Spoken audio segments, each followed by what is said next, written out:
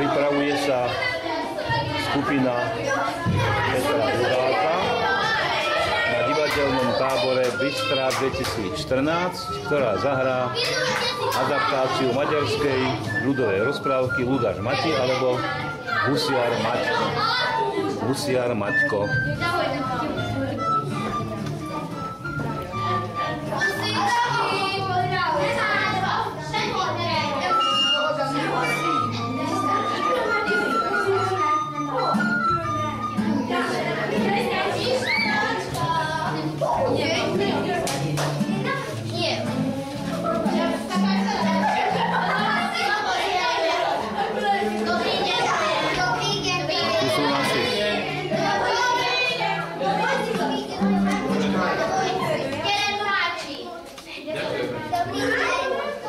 Sú naši hostia. Tam sú takí celkom malí hostia.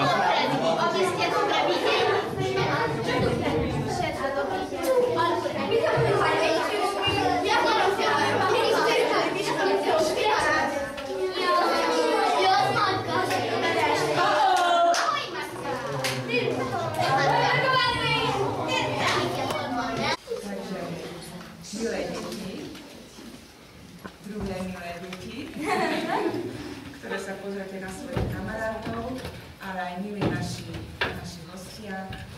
Ja sa vám vedú vás rodinou.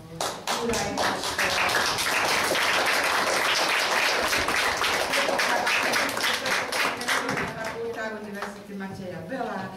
Máme tu zástupcov divadelného súboru Jana Chalupu z Brezna. Máme tu domácich z Bystry, ktorí počuli poznám. Máme takých hostiteľov vlastne domácich. Takže toto, čo teraz poviem, patrí predovšetkým vám, pretože my o sebe vieme. Takže uvidíte dve predstavenia, ktoré vznikli v divadelnom tábore deti slovenskej národnosti z Maďarska. Sú to deti, ktoré chodia do základnej školy. No máme tu jedno, dve také staršie, ale tie sú tu protekčne. Tešíme sa, že sú tu.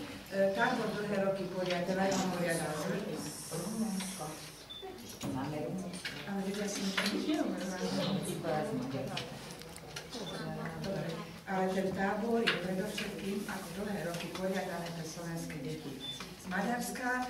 Najprv organizoval z Slovákov v Maďarsku, celoštátna slovenská samospráva v Maďarsku a dlhé teraz už niekoľko rokov divadlo Vertigo pri celoštátnej slovenskej samospráve.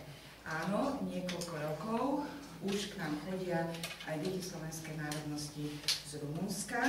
A takže tak začnem tým, že čo sa týka Maďarska, máme tu deti z Budapešti, zo slovenského Komúša, zo Sarvaša, z Kečopronu, zo Segedina, ďalej z Púchova a z Bíhoru, z rumunského Bíhoru, z Gemančičky.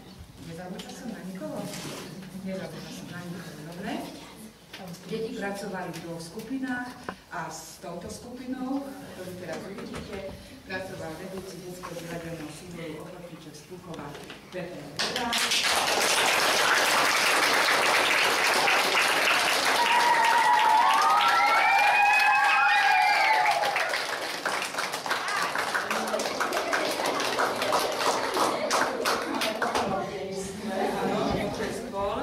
Ktorý dramatizoval maďarskú ľudovú rozprávku Husiar Maťko. Ludáš Mati skomponoval hudbu, napísal texty pesnička, no a predstaví sa vám teda jedna časť, polovica našej pesničky.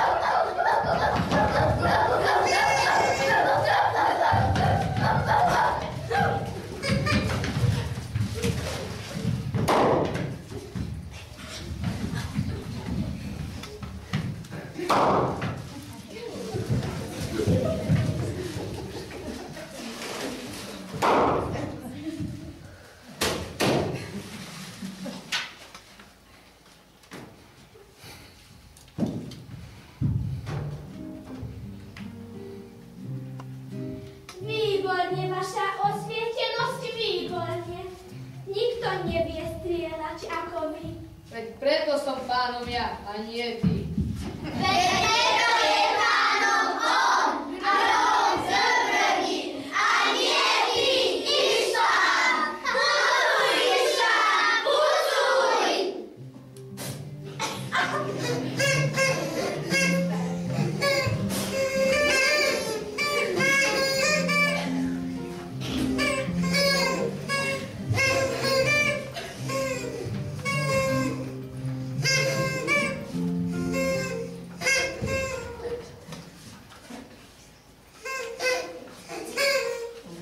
Ištván, dal by som si pečenú huzacinku. Hej, pastier. Stoj, je odhovaný, stoj! Čo tu hľadáš v pánskom potári? Husy žeriem na pašu. Do pánskej kapusty? Nie, tak ich nepustím. Nerozprávaj! Pán Dúri, musí schávať!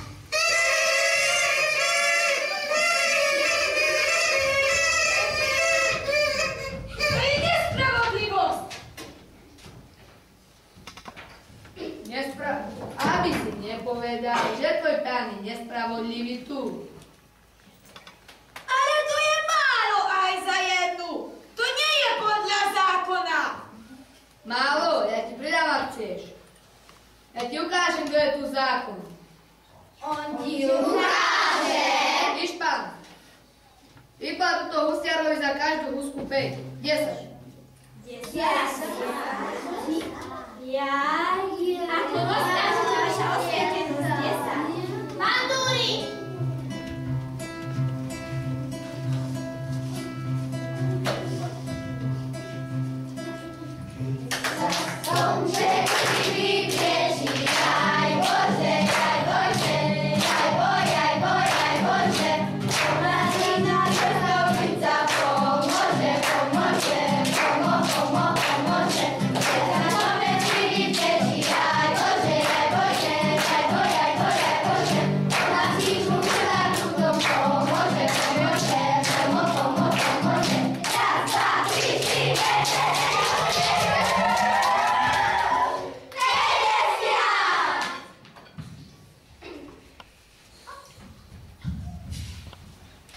Počkajte, pán Dobrodí. Ja vám moju výplatu 3-krát vrátim, aby ste vedeli, aký je zákon. Zákon, ja som zákon.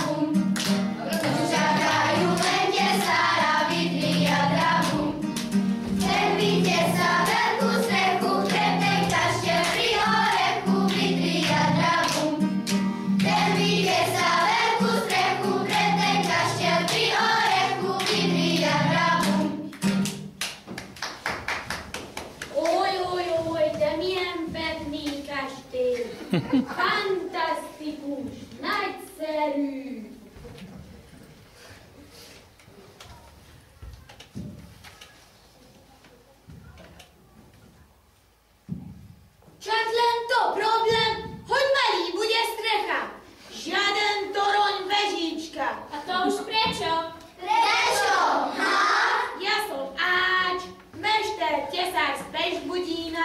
vidím, že malý drevo, malý strom.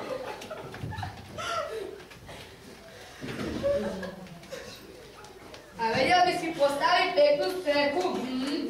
Horom, vežička? Vedel by som, ale treba bude veľa veľký strom. Máme lesy, stromy až do neba. Iš, pán. Ide sa do lesa. Ako rozkážete, vaša rozsvietenosť.